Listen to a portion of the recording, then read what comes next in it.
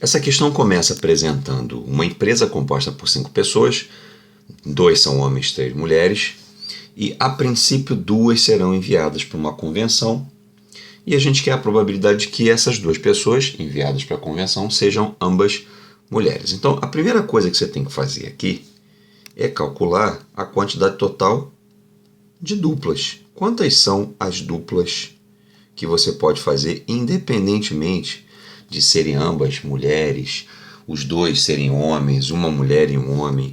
O que a gente vai calcular aqui é a quantidade total de duplas que podem ser feitas. E esse é um pequeno problema de análise combinatória que a gente resolve fazendo a combinação de 5, porque são 5 as pessoas, 2 a 2, porque formaremos duplas. Bom, isso se calcula fazendo 5 fatorial, 2 fatorial, 3 fatorial, o que quer dizer que ao todo é possível fazer 10 duplas com essas 5 pessoas. Agora, a gente vai calcular quantas são as duplas exclusivamente femininas. Quantas são as duplas de mulheres.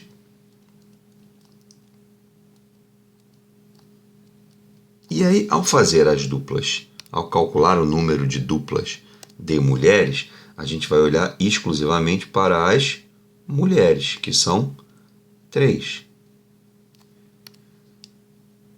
Portanto, o número de duplas de mulheres é a combinação de 3, 2 a 2, que vai dar 3. Dessa forma, eu consigo resolver a letra A, que nos pergunta qual é a probabilidade de serem enviadas 2 mulheres. Então, essa probabilidade será calculada dividindo 3 por 10. Agora, na letra B, a coisa muda de figura, porque já não são mais 2 pessoas a serem enviadas para a convenção, e sim 3, como está sendo dito aqui. 3 membros puderem viajar. E aí a gente tem que mudar o nosso problema. Desde o início, em vez de calcular o número de duplas, a gente agora tem que calcular o número de trios. O número total de trios. O que pode ser feito fazendo a combinação de 5, 3 a 3. Isso vai dar 5 fatorial, 3 fatorial, 2 fatorial. O que dá 10 de novo. Ou seja, com 5 pessoas, a quantidade de duplas e de trios é igual. Isso tem uma explicação.